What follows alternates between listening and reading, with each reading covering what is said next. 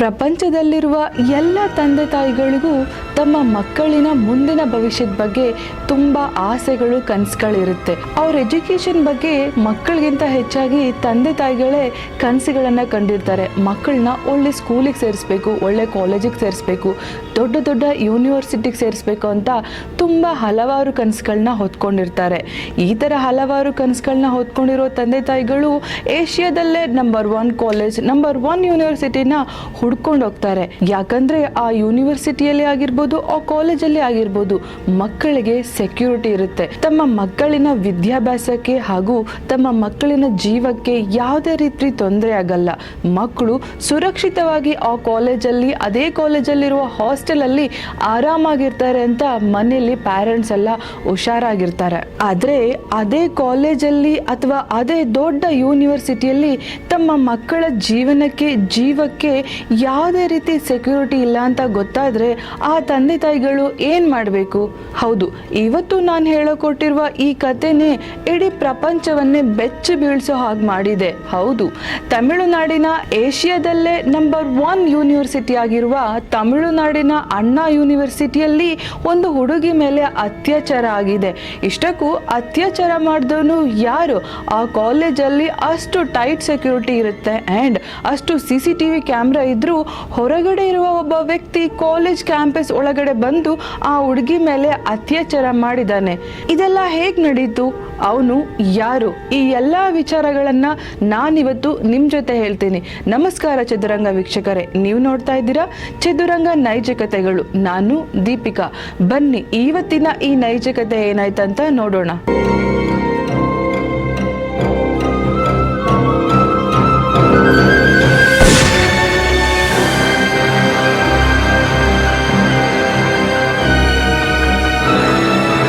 December 24, 2024 ಸಮಯ evening ಒಂದು 4 ಗಂಟೆ ಇರ್ಬೋದು. ಕೋಟೂರ್ ಪೊಲೀಸ್ ಸ್ಟೇಷನ್ಗೆ 19 ವರ್ಷದ ಒಂದು ಹುಡುಗಿ ಕಾಲ್ ಮಾಡ್ತಾಳೆ.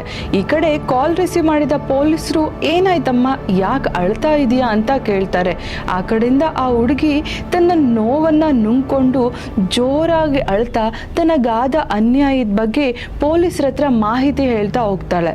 ಆ ಥರ 19 ವರ್ಷದ ಆ ಹುಡುಗಿ ಹೇಳಿದ ವಿಚಾರವನ್ನ ಕೇಳಿದ ಪೊಲೀಸರಿಗೆ ಒಂದು ಕ್ಷಣ ಶಾಕ್ ಆಗುತ್ತೆ. ತಕ್ಷಣ ಗಿಂಡಿಯಲ್ಲಿರುವ ಅಣ್ಣಾ ಯೂನಿವರ್ಸಿಟಿಗೆ ಹೋಗಿ ಆ ಹುಡುಗಿ ಹತ್ರ ಹೆಚ್ಚಿನ ಮಾಹಿತಿ ಪಡೆಯೋಕೆ ಮುಂದಾಗ್ತಾರೆ. ಆಲ್ರೆಡಿ ಆ ಹುಡುಗಿಗೆ ತನಗಾದ ಅನ್ಯಾಯದ ಬಗ್ಗೆ ಹತ್ತು ಮುಖ ಎಲ್ಲ ಬಾಡಿ ಬೆಂಡಾಗಿರುತ್ತೆ. ಪೊಲೀಸವ್ರು ಬಂದಾಗ್ಲೂ ಅವ್ರ ಮುಂದೆನೆ ಅಳ್ತಾ ಆವತ್ತು ಆಕೆಗೆ ನಡೆದ ದುರ್ಘಟನೆ ಬಗ್ಗೆ ಪೊಲೀಸರಿಗೆ ವಿವರಣೆ ಕೊಡ್ತಾಳೆ. ಎಷ್ಟಕ್ಕೂ ವಿಚಾರಣೆ ವೇಳೆ ಆ ಹುಡುಗಿ ಹೇಳಿದ ಮಾಹಿತಿಗಳಾದ್ರೂ ಏನು? ಆ ಹುಡುಗಿಗೆ ಅಂಥದ್ದು ಏನಾಗಿತ್ತು? 19 ವರ್ಷದ ಈ ಹುಡುಗಿ ಅಣ್ಣಾ ಯೂನಿವರ್ಸಿಟಿಯಲ್ಲಿ ಇಂಜಿನಿಯರಿಂಗ್ ಓದ್ತಾ ಇರ್ತಾಳೆ. ಅದೇ ಯೂನಿವರ್ಸಿಟಿಯಲ್ಲಿ ಮೆಕ್ಯಾನಿಕಲ್ ಇಂಜಿನಿಯರಿಂಗ್ ಓದ್ತಾ ಇದ್ದ ತನ್ನ ಸೀನಿಯರ್ ಜೊತೆ ಆಕೆಗೆ ಸ್ನೇಹ ಆಗುತ್ತೆ. ಮೊದಲಿಗೆ ಸ್ನೇಹ ಆದ್ರೂ ಹೋಗ್ತಾ ಹೋಗ್ತಾ ಅದು ಪ್ರೀತಿಗೆ ತಿರುಗುತ್ತೆ. ಸೊ ಅವರಿಬ್ರು ಪ್ರೀತಿಯಲ್ಲಿ ಬೀಳ್ತಾರೆ. ಪ್ರೀತಿ ಮಾಡಿದ ಇವರಿಬ್ರು ಆಗಾಗ ಕ್ಯಾಂಪಸ್ ಅಲ್ಲಿ ಮೀಟ್ ಆಗಿ ಎಲ್ಲ ಕಡೆ ಸುತ್ತಾಡಿ ಅಲ್ಲಲ್ಲಿ ಕೂತ್ಕೊಂಡು ಮಾತಾಡೋದು ಮತ್ತೆ ಬೇರೆ ಬೇರೆ ವಿಚಾರದ ಬಗ್ಗೆ ಡಿಸ್ಕಷನ್ ಮಾಡೋದು ಅವರಿಬ್ಬರಿಗೆ ಅಭ್ಯಾಸ ಆಗಿರುತ್ತೆ.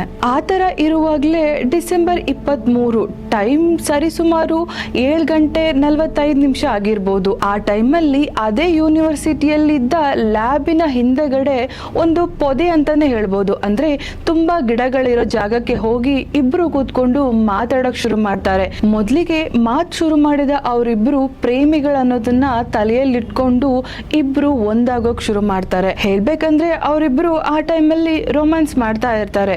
ಸೊ ಇದನ್ನ ಅಲ್ಲೇ ಪಕ್ಕದಲ್ಲಿದ್ದ ಯಾರೋ ಒಬ್ಬ ವ್ಯಕ್ತಿ ವಿಡಿಯೋ ಮಾಡ್ಕೋತಾ ಇರ್ತಾನೆ. ಇದ್ರ ಅರಿವೇ ಇಲ್ಲದೆ ಅವರಿಬ್ರು ಒಬ್ಬರಿಗೊಬ್ರು ಮೈ ಮರೆತು ಸಮಯ ಕಳೀತಾ ಇರ್ತಾರೆ. ತಕ್ಷಣ ಅವರಿಬ್ಬರ ಮೇಲೆ ಒಂದು ಸಣ್ಣ ಬೆಳಕು ಬರುತ್ತೆ. ಇಬ್ರು ಎಚ್ಚೆತ್ಕೊಂಡು ಏನಿದು ಈ ಬೆಳಕು ಅಂತ ನೋಡ್ತಾರೆ. ಆ ತರ ಅವ್ರ ಕಣ್ಣಿಗೆ ಬಿದ್ದ ಆ ವ್ಯಕ್ತಿ ನೋಡಿ ಅವರಿಬ್ಬರಿಗೆ ಒಂದು ಕ್ಷಣ ಗಾಬರಿ ಆಗುತ್ತೆ, ಶಾಕ್ ಆಗುತ್ತೆ. ಅಲ್ಲಿಗೆ ಬಂದ ಆ ವ್ಯಕ್ತಿ ಮುಖಕ್ಕೆ ಮಾಸ್ಕ್ ಹಾಕೊಂಡು ತಲೆಗೆ ಹ್ಯಾಟ್ ಹಾಕೊಂಡು ಅವ್ರ ಮುಂದೆ ಬಂದು ನಿಲ್ತಾನೆ. ಆ ಥರ ಅಲ್ಲಿಗೆ ಬಂದವನೇ ತಕ್ಷಣ ಅವನ ಮೊಬೈಲನ್ನು ತಗೊಂಡು ಒಂದು ವಿಡಿಯೋವನ್ನು ತೋರಿಸ್ತಾನೆ. ಆ ವಿಡಿಯೋನ ನೋಡಿದ್ದ ಅಲ್ಲಿದ್ದ ಆ ಹುಡುಗ ಮತ್ತು ಹುಡುಗಿಗೆ ಶಾಕ್ ಆಗುತ್ತೆ, ಅಳು ಬರುತ್ತೆ.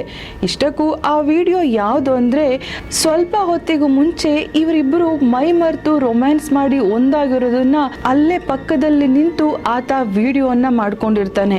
ಈಗ ಆ ವಿಡಿಯೋ ತೋರಿಸಿ ಆ ಹುಡುಗನ ಮುಂದೆನೆ ಆ ಹುಡುಗಿಗೆ ನೀನ್ ನನ್ನ ಜೊತೆ ದೈಹಿಕವಾಗಿ ಒಂದಾಗಬೇಕು, ಇಲ್ಲಾಂದ್ರೆ ಈ ವಿಡಿಯೋನ ನಿಮ್ಮ ಕಾಲೇಜಿನ ಪ್ರಿನ್ಸಿಪಾಲಿಗೂ ಹಾಗೂ ನಿನ್ನ ಫ್ರೆಂಡ್ಸ್ಗೆಲ್ಲರಿಗೂ ಶೇರ್ ಮಾಡ್ತೀನಿ, ಸೋಷಿಯಲ್ ಮೀಡಿಯಾದಲ್ಲಿ ಇದನ್ನ ಹರಿಬಿಡ್ತೀನಿ ಅಂತ ಭಯಪಡಿಸ್ತಾನೆ. ಅದಕ್ಕೆಲ್ಲ ಹೆದರ್ದೇ ಇರೋ ಆ ಹುಡುಗ ಮತ್ತು ಆ ಹುಡುಗಿ ಅವನಿಗೆ ಅಪೋಸ್ ಮಾಡ್ತಾರೆ.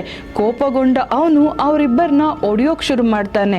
ಈ ಕಡೆ ಆ ಹುಡುಗನ್ಗೆ ಅತಿಯಾಗಿ ಒಡೆದ ಕಾರಣ ಅವನು ಅಲ್ಲಿಂದ ಪರಾರಿ ಆಗ್ತಾನೆ. ಈ ಹುಡುಗಿ ಕೂಡ ಆ ಹುಡುಗ ಓಡೋಗಿರೋನು ಯಾರನ್ನಾದ್ರೂ ಕರ್ಕೊಂಡ್ ಬಂದು ನನ್ನನ್ನು ರಕ್ಷಣೆ ಮಾಡ್ತಾನೆ ಅನ್ನೋ ನಂಬಿಕೆಲ್ಲ ಇರ್ತಾಳೆ. ಆದ್ರೆ ಇಲ್ಲಿ ಕಥೆನೇ ಬೇರೆ ಆಗಿರುತ್ತೆ. ಅದೇನಂದ್ರೆ ಅವನು ಪರಾರಿ ಆದವನು ಮತ್ತೆ ವಾಪಸ್ ಅಲ್ಲಿಗೆ ಬರೋದೇ ಇಲ್ಲ.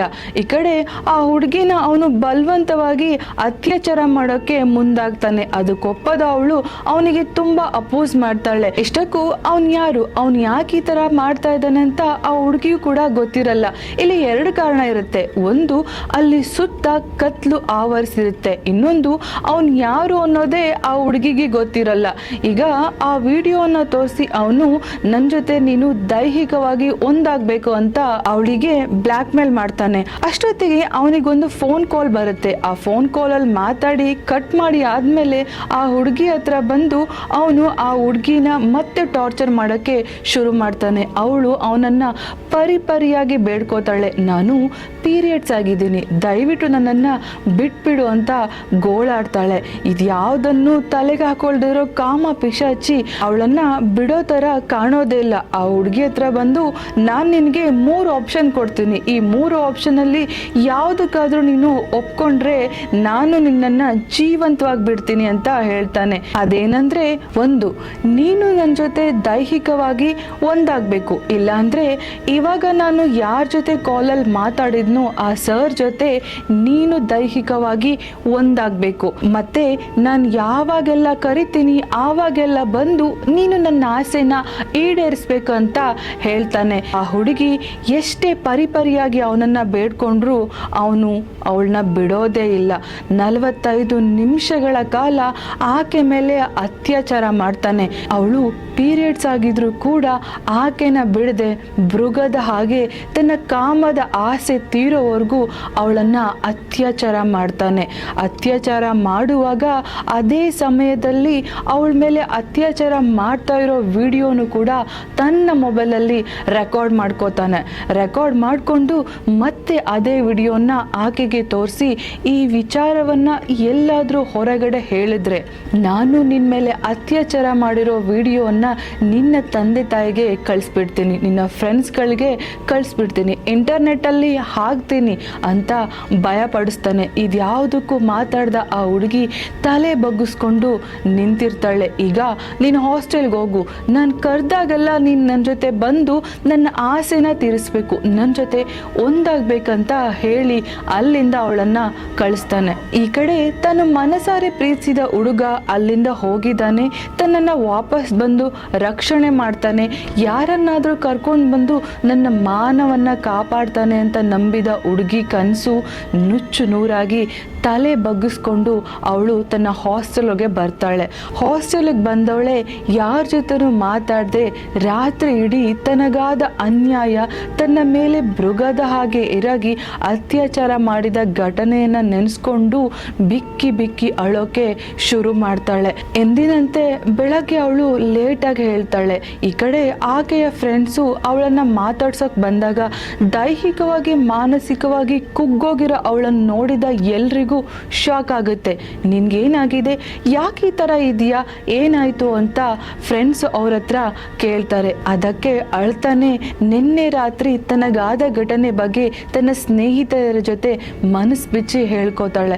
ಇದನ್ನು ಕೇಳಿದ ಅಲ್ಲಿದ್ದ ಎಲ್ಲ ಸ್ನೇಹಿತೆಯರಿಗೂ ಶಾಕ್ ಆಗುತ್ತೆ, ಗಾಬರಿ ಆಗುತ್ತೆ, ಕೋಪ ಬರುತ್ತೆ. ಆ್ಯಂಡ್ ಆ ಹುಡುಗಿಗೆ ಧೈರ್ಯ ಹೇಳಿ, ನೀನು ಈ ವಿಚಾರವನ್ನ ಪೊಲೀಸ್ರ ಹತ್ರ ಹೇಳಿ ಪೊಲೀಸ್ ಕಂಪ್ಲೇಂಟ್ ಮಾಡು, ಅವನನ್ನ ಸುಮ್ಮನೆ ಬಿಡಬಾರ್ದು, ಇಂಥ ಪಾಪದ ಕೆಲಸ ಮಾಡಿದ ಅವನಿಗೆ ಶಿಕ್ಷೆ ಆಗಲೇಬೇಕು ಅಂತ ಹೇಳ್ತಾರೆ. ಮೊದಲು ನೀನು ನಿನ್ನ ಪ್ಯಾರೆಂಟ್ಸಿಗೆ ಕಾಲ್ ಮಾಡಿ ನಡೆದಿರೋ ವಿಚಾರವನ್ನ ಹೇಳು ಅಂತ ಸ್ನೇಹಿತರೆಲ್ಲರೂ ಆಕೆಗೆ ಸಲಹೆ ಕೊಡ್ತಾರೆ. ಈ ಕಡೆ ಈ ಹುಡುಗಿ ತನಗಾದ ಅನ್ಯಾಯದ ಬಗ್ಗೆ ತಂದೆ ತಾಯಿ ಹತ್ರ ಯಾವ ಮುಖ ಇಟ್ಕೊಂಡು ಹೇಳಬೇಕು, ಓದೋಕ್ಕಂತ ಕಳಿಸಿದ ಅಪ್ಪ ಅಮ್ಮನಿಗೆ ನನ್ನ ಮೇಲೆ ಅತ್ಯಾಚಾರ ಆಗಿದೆ ಅಂತ ನಾನು ಅದು ಯಾವ ಬಾಯಲ್ಲಿ ಹೇಳಬೇಕು ಅಂತ ಭಯದಿಂದಲೇ ತನ್ನ ತಂದೆ ತಾಯಿಗೆ ಕಾಲ್ ಮಾಡಿ ತನಗಾದ ಅನ್ಯಾಯದ ಬಗ್ಗೆ ತಂದೆ ತಾಯಿಗಳ ಹತ್ರ ಮನಸ್ಸು ಬಿಚ್ಚಿ ಮಾತಾಡ್ತಾಳೆ. ಆ ಕಡೆಯಿಂದ ಪ್ಯಾರೆಂಟ್ಸಿಗೆ ಮಗಳ ಮಾತು ಕೇಳಿ ಒಂದು ಕ್ಷಣ ದಿಗ್ಭ್ರಮೆ ಆಗುತ್ತೆ. ದೊಡ್ಡ ಯೂನಿವರ್ಸಿಟಿ, ಅದರಲ್ಲೂ ಏಷ್ಯಾದಲ್ಲೇ ನಂಬರ್ 1 ಯೂನಿವರ್ಸಿಟಿಯಾದ ಅಣ್ಣಾ ಯೂನಿವರ್ಸಿಟಿಯಲ್ಲಿ ನಮ್ಮ ಮಗಳಿಗೆ ಸುರಕ್ಷತೆನೇ ಇಲ್ವಾ? ಕಾಲೇಜ್ ಕ್ಯಾಂಪಸ್ಸಲ್ಲಿ ಅಷ್ಟು ಬಂದೋಬಸ್ತ್ ಇದ್ರೂ ಯಾರೋ ಒಬ್ಬ ವ್ಯಕ್ತಿ ಬಂದು ಅತ್ಯಾಚಾರ ಮಾಡಿರೋದು ಅದೆಷ್ಟರ ಮಟ್ಟಿಗೆ ಸರಿ ಅಂತ ಮನಸ್ಸಲ್ಲೇ ಭಾವಿಸಿ ಮಗಳಿಗೆ ಧೈರ್ಯ ಹೇಳ್ತಾರೆ. ಮೊದಲು ನೀನು ಧೈರ್ಯವಾಗಿರು, ನಾವು ಯಾವಾಗಲೂ ನಿನ್ನ ಜೊತೆ ಇರ್ತೀವಿ, ನಿನಗಾದ ಈ ಅನ್ಯಾಯವನ್ನ ಮೊದಲು ನಾವು ಪೊಲೀಸ್ರ ಹತ್ರ ಹೇಳಬೇಕು, ಪೊಲೀಸ್ ಕಂಪ್ಲೇಂಟ್ ಕೊಡೋಣ ಅಂತ ತಂದೆ ತಾಯಿಗಳು ಆಕೆಗೆ ಧೈರ್ಯ ತುಂಬಿ ಆ ಕ್ಷಣದಲ್ಲಿ ಮಗಳೊಟ್ಟಿಗೆ ನಿಲ್ತಾರೆ. ಬೇರೆ ಯಾರಾದರೂ ಆಗಿದ್ದಿದ್ರೆ ಇಷ್ಟೊತ್ತಿಗೆ ಮಗಳನ್ನ ಬೈದು ನಮ್ಮ ಮಾನ ಮರ್ಯಾದೆನ ಹರಾಜು ಮಾಡಿದೆ, ಓದೋ ಕಳಿಸಿರೋ ನೀನು ಪ್ರೀತಿ ಪ್ರೇಮ ಅಂತ ಬಿದ್ದು ಈ ಥರ ಅನಾಚಾರ ಮಾಡಿಕೊಂಡೆ, ನಮ್ಮ ಸಂಬಂಧಿಕರಿಗೆ ನಾವೇನು ಹೇಳಬೇಕು, ಸೊಸೈಟಿಯಲ್ಲಿ ನಾವು ಹೇಗೆ ತಲೆ ಎತ್ತು ಓಡಾಡಬೇಕಂತ ಹೇಳೋ ಪೇರೆಂಟ್ಸ್ಗಳ ಮಧ್ಯೆ ಆಕೆಯ ತಂದೆ ತಾಯಿಗಳಿಗೆ ನಾವು ಒಂದು ಸೆಲ್ಯೂಟನ್ನು ಹೇಳಬೇಕು. ಬಿಕಾಸ್ ಮಗಳು ಅತ್ಯಾಚಾರಕ್ಕೊಳಗಾಗಿ ತಮ್ಮ ತಂದೆ ತಾಯಿ ಹತ್ರ ಈ ವಿಚಾರವನ್ನು ಹೇಳಿದಾಗ ಮಗಳಿಗೆ ಒಂದು ಸಣ್ಣ ನೋವು ಆಗಬಾರ್ದು ಅಂತ ತಮ್ಮ ಮಗಳನ್ನ ಪ್ರೀತಿಯಿಂದ ಮಾತಾಡಿಸಿ ಧೈರ್ಯ ತುಂಬಿ ಪೊಲೀಸ್ ಕಂಪ್ಲೇಂಟ್ ಕೊಡ್ತಾರೆ. ಇವಿಷ್ಟು ಪೊಲೀಸರು ಕೇಳುವಾಗ ಆಕೆ ಹೇಳಿದ ಮಾಹಿತಿಗಳು. ಈಗ ಪೊಲೀಸರು ಇನ್ವೆಸ್ಟಿಗೇಷನ್ ಅನ್ನ ಶುರು ಮಾಡ್ತಾರೆ. ಇದೊಂದು ಐ ಪ್ರೊಫೈಲ್ ಕೇಸ್ ಕೂಡ ಆಗುತ್ತೆ. ಯಾಕಂದ್ರೆ ಏಷ್ಯಾದಲ್ಲೇ ನಂಬರ್ 1 ಯೂನಿವರ್ಸಿಟಿ ಆಗಿರುವಂತಹ ಅಣ್ಣಾ ಯೂನಿವರ್ಸಿಟಿಯಲ್ಲಿ ಇಂಥದ್ದೊಂದು ಕ್ರೌರ್ಯತೆಯನ್ನ ಮೆರೆದ ಆ ವ್ಯಕ್ತಿ ಯಾರು ಅಂತ ಹೇಳಿ ಪೊಲೀಸರು ಇದನ್ನ ತುಂಬಾ ಸೀರಿಯಸ್ ಆಗಿ ಇನ್ವೆಸ್ಟಿಗೇಷನ್ ಮಾಡ್ತಾರೆ. ಯೂನಿವರ್ಸಿಟಿ ಮೇಲೂ ಕೂಡ ಕಂಪ್ಲೇಂಟ್ ಮಾಡ್ತಾರೆ. ವಿಚಾರಣೆ ಟೈಮಲ್ಲಿ ಪೊಲೀಸರು ಆಕೆಗೆ ಕೆಲವೊಂದು ವಿಚಾರಗಳನ್ನ ಕೇಳ್ತಾರೆ.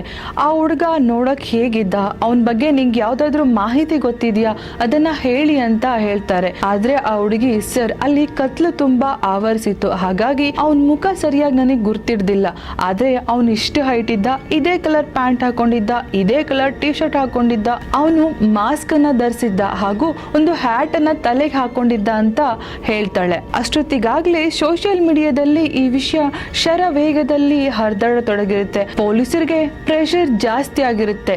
ಸೊ ಈಗ ಇನ್ಸ್ಪೆಕ್ಟರ್ ಭಾರತಿ ರಾಜನ್ ಅಂಡರ್ ಅಲ್ಲಿ 4 ಸ್ಪೆಷಲ್ ಟೀಮ್ ನ ರಚನೆ ಮಾಡ್ತಾರೆ. ಈಗ ಕಲ್ಪಿಸ್ಟ್ ಎಲ್ಲಿದ್ರು ಹುಡುಕ್ಲೇಬೇಕು ಅನ್ನೋ ಜವಾಬ್ದಾರಿ ಪೊಲೀಸರಿಗೆ ಹೆಚ್ಚಾಗಿರುತ್ತೆ. ನಮ್ಮೆಲ್ರಿಗೂ ಗೊತ್ತಿರೋ ಹಾಗೆ ಅಣ್ಣಾ ಯೂನಿವರ್ಸಿಟಿ ಏಷ್ಯಾದಲ್ಲೇ ನಂಬರ್ 1 ಯೂನಿವರ್ಸಿಟಿ ಅಂಡ್ ಅದರಲ್ಲಿ 7 ಮೇನ್ ಗೇಟ್ಗಳಿರುತ್ತೆ. ಟೈಟ್ ಸೆಕ್ಯೂರಿಟಿ ಜಾಸ್ತಿನೇ ಇರುತ್ತೆ. 70ಕ್ಕೂ ಹೆಚ್ಚು CCTV ಕ್ಯಾಮೆರಾವನ್ನ ಅಲ್ಲಿ ಅಳವಡಿಸಿರ್ತಾರೆ. ಇಷ್ಟೆಲ್ಲ ಟೈಟ್ ಸೆಕ್ಯೂರಿಟಿ ಇದ್ರೂ ಯಾರೋ ಒಬ್ಬ ವ್ಯಕ್ತಿ ಕಾಲೇಜ್ ಒಳಗಡೆ ಬಂದು ಒಂದು ಹುಡುಗಿನ ರೇಪ್ ಮಾಡಿ ವಿಡಿಯೋ ತಗೊಂಡು ಹೋಗಿದ್ದಾನೆ ಅಂದ್ರೆ ನಿಜಕ್ಕೂ ಇದೊಂದು ಅಚ್ಚರಿ ವಿಷಯನೇ ಆಗಿರಬಹುದಾ, ಅಥವಾ ಆ ಕಾಲೇಜ್ಗೂ ಆ ವ್ಯಕ್ತಿಗೂ ಏನಾದ್ರೂ ಸಂಬಂಧ ಇರಬಹುದಾ? ಆದ್ರೆ ಇಲ್ಲಿ ದುಃಖ ಪಡ್ಬೇಕಾಗಿರುವ ಒಂದು ವಿಚಾರ ಏನಂದ್ರೆ ಆವತ್ತು 70 CCTVಯಲ್ಲಿ 56 CCTV ಕೆಲಸನೇ ಮಾಡ್ತಾ ಇಲ್ಲ ಅಂತ ಬಲ್ಲ ಮೂಲಗಳಿಂದ ತಿಳಿದು ಬಂದಿದೆ. ಅಂಡ್ ಅದರಲ್ಲಿ ಒಂದು CCTV ಕ್ಯಾಮ್ರಾದಲ್ಲಿ ಒಬ್ಬ ವ್ಯಕ್ತಿ ಮಾಸ್ಕ್ ಮತ್ತು ಹ್ಯಾಟ್ ಅನ್ನ ಹಾಕೊಂಡು ಅಲ್ಲಿಂದ ಮೂವ್ ಆಗಿರುವ ಬ್ಲರ್ ಆಗಿರುವ ವಿಡಿಯೋ ಒಂದು ಸಿಗುತ್ತೆ. ಆ ವಿಡಿಯೋ ನೋಡಿದ ಪೊಲೀಸರಿಗೆ ಅಷ್ಟೇನು ಹೆಚ್ಚು ಮಾಹಿತಿ ಅದರಿಂದ ಸಿಗೋದಿಲ್ಲ. ಸೊ ಈಗ ಪೊಲೀಸರು ವಿಚಾರಣೆ ತೀವ್ರತೆಯನ್ನ ಹೆಚ್ಚು ಮಾಡ್ತಾರೆ. ಅವತ್ತು ಆ ಕ್ಯಾಂಪಸ್ ಒಳಗಡೆ ಬಂದಿದ್ದಂತಹ ನೀರ್ ಸಪ್ಲೈಯರ್ ಮತ್ತೆ ಕೆಲಸಗಾರರು ಮತ್ತೆ ಬೇರೆ ಯಾರೆಲ್ಲ ಬಂದಿದ್ದಾರೆ ಅಂತ ಎನ್ಕ್ವೈರಿ ಮಾಡ್ತಾರೆ. ಅಂಡ್ ಎಲ್ಲೂ ಕೂಡ ಯಾವುದೇ ರೀತಿ ಪ್ರಾಪರ್ ಇನ್ಫಾರ್ಮೇಶನ್ ಪೊಲೀಸರಿಗೆ ಸಿಗೋದಿಲ್ಲ. ಸೊ ಈಗ ಪೊಲೀಸರು ಆ ಕ್ಯಾಂಪಸ್ ಒಳಗಡೆ ಯಾವ ಮೊಬೈಲ್ ನಂಬರ್ ಸಿಗ್ನಲ್ ಸಿಕ್ಕಿದೆ ಅಂತ ಚೆಕ್ ಮಾಡ್ತಾರೆ. ಸೊ ಇಲ್ಲೇ ಪೊಲೀಸರಿಗೆ ಒಂದು ಪ್ರಾಪರ್ ಇನ್ಫಾರ್ಮೇಶನ್ ಸಿಗುತ್ತೆ. ಅದೇನಂದ್ರೆ ಆ ಆವತ್ತು ಆ ಘಟನೆ ನಡೆದ ದಿನ ಅದೇ ಟೈಮಲ್ಲಿ ಅದೇ ಜಾಗದಲ್ಲಿ ಒಂದು ಸೆಲ್ ಫೋನ್ ನಂಬರ್ ಆಕ್ಟಿವ್ ಆಗಿರೋದು ಪೊಲೀಸರಿಗೆ ಗೊತ್ತಾಗುತ್ತೆ.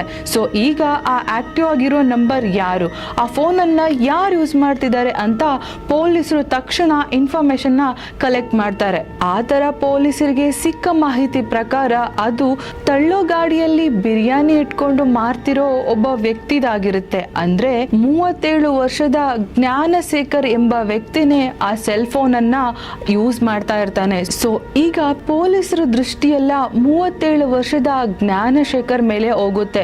ಜ್ಞಾನಶೇಖರನ್ನ ಹುಡ್ಕೊಂಡೋದ ಪೊಲೀಸರು ಅವ್ರ ಮನೆಗೆ ಹೋಗ್ತಾರೆ. ಅವ್ರ ಮನೆಗೆ ಹೋಗಿ ಜ್ಞಾನಶೇಖರ್ ಹತ್ರ ಇನ್ವೆಸ್ಟಿಗೇಷನ್ ಶುರು ಮಾಡ್ತಾರೆ. ನೀನು ಆವತ್ತು ಕ್ಯಾಂಪಸ್ ಒಳಗಡೆ ಏನಕ್ಕೆ ಹೋಗಿದ್ದೆ, ನಿನಗೆ ಅಲ್ಲಿ ಏನ್ ಕೆಲಸ ಇತ್ತು ಅಂತ ಕೇಳ್ತಾರೆ. ಅದಕ್ಕೆ ಜ್ಞಾನಶೇಖರ್, ಸರ್ ನಾನು ಅಲ್ಲಿಗೆ ಯೂರಿನ್ ಪಾಸ್ ಮಾಡಕ್ ಹೋಗಿದ್ದೆ ಸರ್, ಅಷ್ಟೇ, ಬೇರೆ ಏನು ನನಗೆ ಗೊತ್ತಿಲ್ಲ ಅಂತ ಈಸಿಯಾಗಿ ಹೇಳ್ತಾನೆ. ಅಲ್ಲಿ ನಡೀತಿದ್ದ ವಿಚಾರಣೆಗಳನ್ನೆಲ್ಲ ಪಕ್ಕದಲ್ಲೇ ಸೂಕ್ಷ್ಮವಾಗಿ ಅಬ್ಸರ್ವ್ ಮಾಡ್ತಾ ಇದ್ದಂತಹ ಜ್ಞಾನಶೇಖರ್ ತಮ್ಮ ಸಡನ್ ಆಗಿ, ಸರ್ ಇವಂದು ಇದೇ ಕೆಲಸ ಆಗಿದೆ ಸರ್, 2012ರಲ್ಲೂ ಈ ರೀತಿ ಮಾಡಿ ಇವನ್ ಮೇಲೆ ಪೊಲೀಸ್ ಕಂಪ್ಲೇಂಟ್ ಆಗಿತ್ತು ಸರ್ ಅಂತ ಹೇಳ್ತಾನೆ. ಅದಕ್ಕೆ ಪೊಲೀಸರು ಶಾಕ್ ಆಗಿ ಅವನ ಕಡೆ ನೋಡಿ, ಹೌದಾ ಈ ತರ ಆಗಿತ್ತಾ, ಹೋಗ್ಲಿ ಬಿಡು, ನಿನ್ನೆ ರಾತ್ರಿ ನಿಮ್ಮಣ್ಣ ಯಾವ ಕಲರ್ ಬಟ್ಟೆ ಹಾಕೊಂಡಿದ್ದ ಅಂತ ನಿನಗೆ ಗೊತ್ತಾ ಅಂತ ಕೇಳ್ತಾರೆ. ಅದಕ್ಕೆ ಜ್ಞಾನಶೇಖರ್ ತಮ್ಮ, ಹೌದು ಸರ್ ನನಗೆ ಗೊತ್ತು ಅಂತ ಸಡನ್ ಆಗಿ ಒಂದು ರೂಮ್ ಒಳಗಡೆ ಹೋಗಿ ಒಂದು blue colour T shirt and ಒಂದು ಜೀನ್ಸ್ ಪ್ಯಾಂಟ್ ಅನ್ನ ತಗೊಂಡ್ ಬರ್ತಾನೆ. ತಗೊಳ್ಳಿ ಸರ್,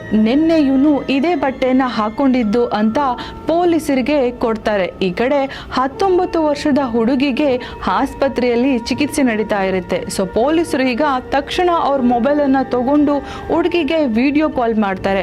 ವಿಡಿಯೋ ಕಾಲ್ ರಿಸೀವ್ ಮಾಡಿದ ಹುಡುಗಿಗೆ ಪೊಲೀಸರು, ನೋಡು ನಿನ್ನೆ ನೀನು ಇದೇ ಕಲರ್ ಬಟ್ಟೆಯನ್ನ ನೋಡಿದ್ದು ಅಂತ ಕೇಳ್ತಾರೆ. ಅದಕ್ಕೆ ಆ ಕಡೆಯಿಂದ ಆ ಹುಡುಗಿ ಕಿರ್ಚಾಡ್ಕೊಂಡು ಹತ್ಕೊಂಡು, ಹೌದು ಸರ್ ನಿನ್ನೆ ಇದೇ ಕಲರ್ ಬಟ್ಟೆಯನ್ನ ಆ ವ್ಯಕ್ತಿ ಹಾಕೊಂಡಿದ್ದ ಅಂತ ಪೊಲೀಸರಿಗೆ ಹೇಳ್ತಾರೆ. ಈಗ ಪೊಲೀಸರಿಗೆ ಸ್ಟ್ರಾಂಗ್ ಆಗಿ ಗೊತ್ತಾಗುತ್ತೆ ಇಲ್ಲಿ ಕಲ್ಪಿಸ್ಟ್ ಅಂಡ್ ಆ ರೇಪಿಸ್ಟ್ ಜ್ಞಾನಶೇಖರ್ ಅಂತ. ಸೊ ಪೊಲೀಸರು ಈಗ ಜ್ಞಾನಶೇಖರನ್ನ ಅರೆಸ್ಟ್ ಮಾಡ್ತಾರೆ. ಅರೆಸ್ಟ್ ಮಾಡಿ ಅವನನ್ನ ವಿಚಾರಿಸ್ತಾರೆ. ಆದ್ರೆ ಅವನು ಯಾವುದಕ್ಕೂ ಬಾಯ್ ಬಿಡೋದೇ ಇಲ್ಲ. ನನಗೂ ಆ ಅತ್ಯಾಚಾರಕ್ಕೂ ಯಾವುದೇ ರೀತಿ ಸಂಬಂಧ ಇಲ್ಲ ಅಂತ ವಾದ ಮಾಡ್ತಾನೆ. ಪೊಲೀಸರು ಅವನನ್ನ ಮೆಡಿಕಲ್ ಟೆಸ್ಟಿಗೆ ಕರ್ಕೊಂಡು ಹೋಗ್ತಾರೆ. ಸೊ ಮೆಡಿಕಲ್ ಟೆಸ್ಟ್ ಅಲ್ಲಿ ಗೊತ್ತಾಗೋ ವಿಚಾರ ಅವನೇ ಆ ಹುಡುಗಿಯನ್ನ ಅತ್ಯಾಚಾರ ಮಾಡಿದ್ದ ಅಂತ. ಪೊಲೀಸರು ಅವ್ರದೇ ರೀತಿಯಾದಂತಹ ಸ್ಟೈಲ್ ಅಲ್ಲಿ ವಿಚಾರಿಸ್ತಾರೆ. ಇದಕ್ಕೆಲ್ಲ ಭಯಪಟ್ಟ ಜ್ಞಾನಶೇಖರ್, ಹೌದು ಆವತ್ತು ಆ ಹುಡುಗಿನ ನಾನೇ ಅತ್ಯಾಚಾರ ಮಾಡಿದೆ ಅಂತ ಒಪ್ಕೋತಾನೆ. ಪೊಲೀಸರು ತಕ್ಷಣ ಅವನ ಮೊಬೈಲ್ ಅನ್ನ ತಗೊಂಡು ನೋಡಿದಾಗ ಪೊಲೀಸರಿಗೆ ಒಂದು ಕ್ಷಣ ಶಾಕ್ ಆಗುತ್ತೆ. ಬಿಕಾಸ್ ಅವನ ಮೊಬೈಲ್ ಅಲ್ಲಿ 50ಕ್ಕೂ ಹೆಚ್ಚು ಟೀನೇಜ್ ಹುಡುಗಿಯರಿಗೆ ಈ ರೀತಿ ಮಾಡಿರುವಂತಹ ಕ್ರೂರತೆಯನ್ನ ಮೆರೆದಿರುವಂತಹ ವಿಡಿಯೋಗಳು ಅವನ ಮೊಬೈಲ್ ಅಲ್ಲಿ ಇರುತ್ತೆ. ಅವನ ಹೆಂಡತಿಯರ ಜೊತೆ ದೈಹಿಕವಾಗಿ ಒಂದಾಗಿರೋದನ್ನು ಬಿಟ್ಟಿರೋಲ್ಲ. ಯಾಕಂದ್ರೆ ಅದನ್ನು ಕೂಡ ವಿಡಿಯೋ ಮಾಡಿಕೊಂಡು ತನ್ನ ಮೊಬೈಲ್ ಅಲ್ಲಿ ಇಟ್ಕೊಂಡಿರ್ತಾನೆ ಈ ಕಾಮ ಪಿಶಾಚಿ. ಈಗ ಪಬ್ಲಿಕ್ಗೂ ಹಾಗೂ ಅದೇ ಯೂನಿವರ್ಸಿಟಿಯಲ್ಲಿ ಓದ್ತಾ ಇದ್ದ ಎಲ್ಲ ಸ್ಟೂಡೆಂಟ್ಗೂ ಅಂಡ್ ಅತ್ಯಾಚಾರಕ್ಕೆ ಒಳಗಾದ ಆ ಹುಡುಗಿ ತಂದೆ ತಾಯಿಗಳಿಗೂ ಕಾಡುವಂತ ಪ್ರಶ್ನೆ ಒಂದೇ. ಅದೇನಂದ್ರೆ, ಅಷ್ಟು ಟೈಟ್ ಸೆಕ್ಯೂರಿಟಿ ಇರುವಂತಹ ಯೂನಿವರ್ಸಿಟಿ ಒಳಗಡೆ, ಅಷ್ಟು CCTV ಕ್ಯಾಮ್ರಾ ಇರುವಂತಹ ಯೂನಿವರ್ಸಿಟಿ ಒಳಗಡೆ ಯಾರೋ ಒಬ್ಬ ವ್ಯಕ್ತಿ ಒಳಗಡೆ ಹೋಗಿ ಅಲ್ಲಿ ಓದ್ತಾ ಇರೋ ಹುಡುಗಿ ಮೇಲೆ ಅತ್ಯಾಚಾರ ಮಾಡಿದ್ದಾನೆ ಅಂದ್ರೆ ಏನರ್ಥ? ಪೊಲೀಸರು ಇದೇ ಪ್ರಶ್ನೆಯನ್ನ ಅತ್ಯಾಚಾರಿ ಜ್ಞಾನಶೇಖರ್ ಹತ್ರ ಕೇಳಿದಾಗ ಅವನು ಆ ಕ್ಯಾಂಪಸ್ ಒಳಗಡೆ ಹೇಗ್ ಬಂದ, ಹೇಗ್ ಬರ್ತಾ ಇದ್ದ, ಹೇಗೆಲ್ಲ ಅವನ ಕಾಮದ ಆಸೆಯನ್ನ ತೀರ್ಸ್ಕೊತಿದ್ದ ಅಂತ ವಿವರಣೆ ಕೊಡ್ತಾ ಹೋಗ್ತಾನೆ. ಅಣ್ಣಾ ಯೂನಿವರ್ಸಿಟಿ ಏಷ್ಯಾದಲ್ಲೇ ದೊಡ್ಡ ಯೂನಿವರ್ಸಿಟಿ. ಇಲ್ಲಿ ಹಲವಾರು ಟೈಟ್ ಸೆಕ್ಯೂರಿಟಿ ಇರುತ್ತೆ. CC ಕ್ಯಾಮ್ರಾಗಳು ಕೂಡ ಎಣಿಕೆಗೂ ಮೀರಿದಷ್ಟು ಇರುತ್ತೆ ಅಂತ ನಮ್ಮೆಲ್ರಿಗೂ ಗೊತ್ತು. ಜ್ಞಾನಶೇಖರ್ ಒಬ್ಬ ತಳ್ಳೋ ಗಾಡಿಯಲ್ಲಿ ಬಿರಿಯಾನಿ ಮಾಡ್ಕೊಂಡಿರೋನು. ಅಂದ್ರೆ ಅವನು ಬಿರಿಯಾನಿ ಮಾಡ್ಕೊಂಡೇ ತನ್ನ ಜೀವನವನ್ನ ನಡೆಸ್ತಾ ಇರ್ತಾನೆ. ಕಾಲಕ್ರಮೇಣ ಅವನು ಶ್ರೀಮಂತ ಆಗ್ತಾನೆ. ಆದ್ರೆ ತಳ್ಳೋ ಗಾಡಿಯಲ್ಲಿ ಬಿರಿಯಾನಿ ಮಾಡ್ಕೊಂಡು ಶ್ರೀಮಂತ ಆದ ಅಲ್ಲ, ಅವನು ಅದಕ್ಕೂ ಮೇಲೆ ಕಳ್ತನ, ಈ ತರ ಸಣ್ಣ ಪುಟ್ಟವಾಗಿ ಯಾರನ್ನಾದ್ರೂ ಭಯ ಪಡಿಸ್ಕೊಂಡು ದುಡ್ಡು ಸಂಪಾದನೆ ಮಾಡ್ಕೊಂಡು 3 ಅಂತಸ್ತಿನ ಮನೆ ಕಟ್ಟಿದ್ದಾನೆ ಅಂತ ಅಕ್ಕಪಕ್ಕ ಜನರು ಹೇಳ್ತಾ ಇರ್ತಾರೆ. ಇಷ್ಟಕ್ಕೂ ನಾನು ಮೊದಲೇ ಹೇಳ್ದಂಗೆ ತನ್ನ ಹೆಂಡತಿಯ ಜೊತೆ ದೈಹಿಕವಾಗಿ ಒಂದಾಗಿರೋ ವಿಡಿಯೋ ವಿಡಿಯೋ ಇರುತ್ತೆ ಅಂತ ನಾನು ಮೊದಲೇ ಹೇಳಿದ್ನಲ್ಲ. ಹೌದು, ಜ್ಞಾನಶೇಖರ್ಗೆ 3 ಜನ ಹೆಂಡತಿರಿರ್ತಾರೆ. ಅದರಲ್ಲಿ ಮೊದಲನೇ ಹೆಂಡತಿ ಜ್ಞಾನಶೇಖರ್ ಕೊಡುವಂತಹ ಟಾರ್ಚರ್ ಅಂದರೆ ಸೆಕ್ಷುವಲ್ ಟಾರ್ಚರ್ ತಡೆಯೋಕ್ಕಾಗದೆ ಅವನನ್ನ ಬಿಟ್ಟು ಬೇರೆ ಕಡೆ ಹೋಗಿ ವಾಸ ಇರ್ತಾಳೆ. ಇನ್ನು ಉಳಿದ 2 ಹೆಂಡತಿರ ಜೊತೆ, ಅವ್ರ ಮಕ್ಕಳ ಜೊತೆ ಹಾಗೂ ಜ್ಞಾನಶೇಖರ್ ಅಮ್ಮನ ಜೊತೆ ಅವನು ಆ ಬಿಲ್ಡಿಂಗ್ ಅಲ್ಲಿ ವಾಸ ಆಗಿರ್ತಾನೆ. ಇದಕ್ಕೂ ಮೊದಲು ಹಲವಾರು ರಾಬರಿ ಕೇಸಲ್ಲಿ ಅವನು ಜೈಲಿಗೆ ಹೋಗಿರ್ತಾನೆ. ಸಾಕಷ್ಟು ಕೇಸ್ಗಳು ಕೂಡ ಅವನ ಮೇಲೆ ಇರುತ್ತೆ. ಬೇರೆ ಬೇರೆ ಸ್ಟೇಟ್ಗಳಲ್ಲೂ ಕೂಡ ಅವನ ಮೇಲೆ ಕೇಸ್ ಇರುತ್ತೆ ಅಂತ ಅಕ್ಕಪಕ್ಕದ ಜನರು ಹೇಳ್ತಾ ಇರ್ತಾರೆ. ಈಗ ಜ್ಞಾನಶೇಖರ್ ಯೂನಿವರ್ಸಿಟಿ ಒಳಗಡೆ ಬಂದು ಹೇಗೆ ಆ ಹುಡುಗಿ ಮೇಲೆ ಅತ್ಯಾಚಾರ ಮಾಡ್ದ ಅಂದರೆ, ದಿನ ಅವನು ರಾತ್ರಿ ತನ್ನ ಅಂಗಡಿಯನ್ನ ಮುಚ್ಚಿ ಕ್ಯಾಂಪಸ್ ಪಕ್ಕದಲ್ಲೇ ಅವನ ಮನೆ ಹತ್ರ ಹೋಗ್ಬೇಕಾಗಿರುತ್ತೆ. ಈ ರೀತಿ ಹೋಗ್ತಾ ಇರುವಾಗಲೇ ಕ್ಯಾಂಪಸ್ನ ಒಂದು ಗೋಡೆ ಸಣ್ಣದಾಗಿ ಒಡೆದೋಗಿರೋದು ಅವನ ಕಣ್ಣಿಗೆ ಬೀಳುತ್ತೆ. ಅವನು ಯಾವಾಗಲೂ ಅದೇ ಗೋಡೆಯನ್ನು ಹತ್ಕೊಂಡು ಕ್ಯಾಂಪಸ್ ಒಳಗಡೆ ಬಂದು ತನ್ನ ಆಟವನ್ನ ಆಡೋಕೆ ಶುರು ಮಾಡ್ತಿದ್ದ.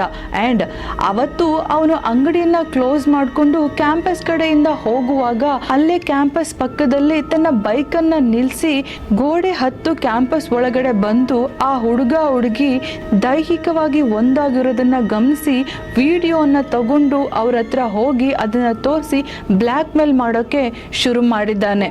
ಬ್ಲ್ಯಾಕ್ ಮೇಲ್ ಮಾಡಿದವನೇ ಆ ಹುಡುಗಿ ಇಬ್ಬರಿಗೂ ಮಾನಸಿಕವಾಗಿ ದೈಹಿಕವಾಗಿ ಹಲ್ಲೆ ಮಾಡಿದ್ದಾನೆ. ಆ್ಯಂಡ್ ಮೊದಲೇ ನಾನು ಹೇಳ್ದಂಗೆ ಆ ಹುಡುಗಿ ಹೇಳಿರೋ ಪ್ರಕಾರ ಅವನು ಆ ಹುಡುಗಿಯನ್ನ ಅತ್ಯಾಚಾರ ಮಾಡಿ ಅಲ್ಲಿಂದ ಪರಾರಿಯಾಗಿದ್ದಾನೆ.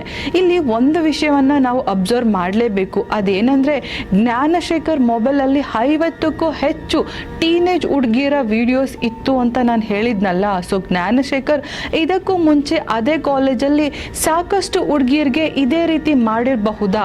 ಹುಡುಗಿಯರು ಎಲ್ಲರೂ ಭಯ ಪಟ್ಕೊಂಡು ಮಾನಕ್ ಅಂಜಿ ಅದನ್ನ ಮುಚ್ಚಿಡ್ಬೋದಾ ಅನ್ನೋ ಪ್ರಶ್ನೆ ಕೂಡ ಇಲ್ಲಿ ಎದುರಾಗುತ್ತೆ. ಜ್ಞಾನಶೇಖರ್ ಈಗ ಪೊಲೀಸ್ ಅತಿಥಿಯಾಗಿದ್ದಾನೆ. ಅತ್ಯಾಚಾರಕ್ಕೆ ಒಳಗಾದ ಹುಡುಗಿ ಹಾಸ್ಪಿಟಲ್ ಅಲ್ಲಿ ಚಿಕಿತ್ಸೆ ಪಡಿತಾ ಇದ್ದಾಳೆ. ಜ್ಞಾನಶೇಖರ್ ಮೇಲೆ ವಿಚಾರಣೆ ಇನ್ನೂ ಕೂಡ ನಡೀತಾನೆ ಇದೆ. ಈ ಎಲ್ಲ ವಿಚಾರಗಳನ್ನ ನಾನು ನ್ಯೂಸ್ ಚಾನೆಲ್ ಇಂದ ಕಲೆಕ್ಟ್ ಮಾಡಿ ನಿಮ್ಮ ಮುಂದೆ ಹೇಳ್ತಾ ಇದ್ದೀನಿ. ವಿಚಾರಣೆ ಇನ್ನ ನಡೀತಾ ಇರೋದ್ರಿಂದ ಈ ಕೇಸಲ್ಲಿ ಇಷ್ಟೇ ಮಾಹಿತಿ ನಮಗೆ ಸಿಕ್ಕಿರೋದು. ಅದೇನೇ ಆಗಿದ್ರು ಏಷ್ಯಾದಲ್ಲಿ ನಂಬರ್ 1 ಯೂನಿವರ್ಸಿಟಿ ಆಗಿದ್ದಂತಹ ಅಣ್ಣಾ ಯೂನಿವರ್ಸಿಟಿಯಲ್ಲಿ ಇಂಥದ್ದೊಂದು ಘಟನೆ ನಡಿಬಾರ್ದಾಗಿತ್ತು. ಅಷ್ಟು ಟೈಟ್ ಸೆಕ್ಯೂರಿಟಿ ಇರುವಂತಹ ಯೂನಿವರ್ಸಿಟಿ ಅದು. CC ಕ್ಯಾಮ್ರಾಗಳು ಎಲ್ಲ ಕಡೆ ಇರುತ್ತೆ. ಈ ರೀತಿ ಆದ್ರೆ ಇಲ್ಲಿ ಕಾಲೇಜಲ್ಲಿ ಯಾರಿಗೆ ತಾನೇ ರಕ್ಷಣೆ ಇದೆ ಹೇಳಿ?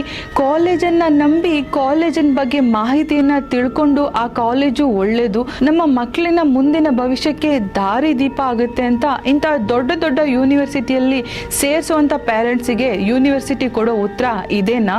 ಈಗ ನಾವು ಯಾವ ಯೂನಿವರ್ಸಿಟಿಯನ್ನ ನಂಬಬೇಕು, ಯಾವ ಕಾಲೇಜನ್ನ ನಂಬಬೇಕು, ಯಾರನ್ನ ನಂಬಬೇಕು, ಯಾರನ್ನ ನಂಬಾರ್ದು? ಅಷ್ಟು ದೊಡ್ಡ ಯೂನಿವರ್ಸಿಟಿಗೆ ಒಬ್ಬ ಸಾಧಾರಣ ವ್ಯಕ್ತಿ ಬಂದು ಒಂದು ಹುಡುಗಿನ ಅತ್ಯಾಚಾರ ಮಾಡಿ ಹೋಗಿದ್ದಾನೆ ಅಂದ್ರೆ ನಮ್ಮ ಸೊಸೈಟಿ ಕತೆ ಏನಾಗಿದೆ? ನಮ್ಮ ಭವಿಷ್ಯ ಹೆಂಗಿದೆ ಮುಂದಕ್ಕೆ? ಮಕ್ಕಳ ಭವಿಷ್ಯ ಹೇಗಿರುತ್ತೆ? ಕಾಲೇಜಲ್ಲಿ ಓದುವಂತಹ ಹುಡುಗಿಯರ ಭವಿಷ್ಯ ಏನಾಗುತ್ತೆ? ಯೂನಿವರ್ಸಿಟಿಯಲ್ಲಿ ಓದೋರು ಎಲ್ಲರೂ ದೊಡ್ಡ ದೊಡ್ಡ ವ್ಯಕ್ತಿಗಳಾಗಿದ್ದಾರೆ ಅನ್ನೋ ಭ್ರಮೆಯಿಂದನೇ ತಂದೆ ತಾಯಿಗಳು ಈ ರೀತಿ ದೊಡ್ಡ ದೊಡ್ಡ ಕಾಲೇಜಿಗೆ ಸೇರಿಸಿ ಮಕ್ಕಳು ಹಾದಿ ತಪ್ತಾ ಇದ್ದಾರೆ ಅಂತ ಹೇಳಬಹುದಾ? ಅಥವಾ ಯೂನಿವರ್ಸಿಟಿಯಲ್ಲಿ ಓದಿದ ಎಲ್ಲರೂ ವಿದ್ಯಾವಂತರಾಗಿ ದೊಡ್ಡ ದೊಡ್ಡ ಕೆಲಸ ತಗೊಂಡಿದ್ದಾರೆ, ಇದೇ ಕಾರಣಕ್ಕೆ ದೊಡ್ಡ ದೊಡ್ಡ ಯೂನಿವರ್ಸಿಟಿಯಲ್ಲಿ ನಮ್ಮ ಮಕ್ಕಳನ್ನ ಸೇರಿಸ್ತಾ ಇದೀವಿ ಅಂತ ಹೇಳ್ಬೋದಾ? ಯೂನಿವರ್ಸಿಟಿ ಯಾವುದೇ ಆದ್ರೂ ವಿದ್ಯಾಭ್ಯಾಸ ಒಂದೇ ಆಗಿರುತ್ತೆ. ಕಲಿಯೋ ಮಕ್ಕಳು ಎಲ್ಲಿದ್ರು ಕಲಿತಾರೆ ಅಲ್ವಾ? ಸೊ ಈಗ ಯೂನಿವರ್ಸಿಟಿನೇ ಆಗಲಿ, ಸಣ್ಣ ಗೌರ್ನಮೆಂಟ್ ಸ್ಕೂಲೇ ಆಗಲಿ, ಅದೇನೇ ಆಗಲಿ ನಾವು ಹುಷಾರಾಗಿರ್ಬೇಕು. ಇಲ್ಲ ಅಂದರೆ ಶತ್ರುಗಳು, ಹಿತಶತ್ರುಗಳು ನಮ್ಮ ಪಕ್ಕನೇ ಇರ್ತಾರೆ.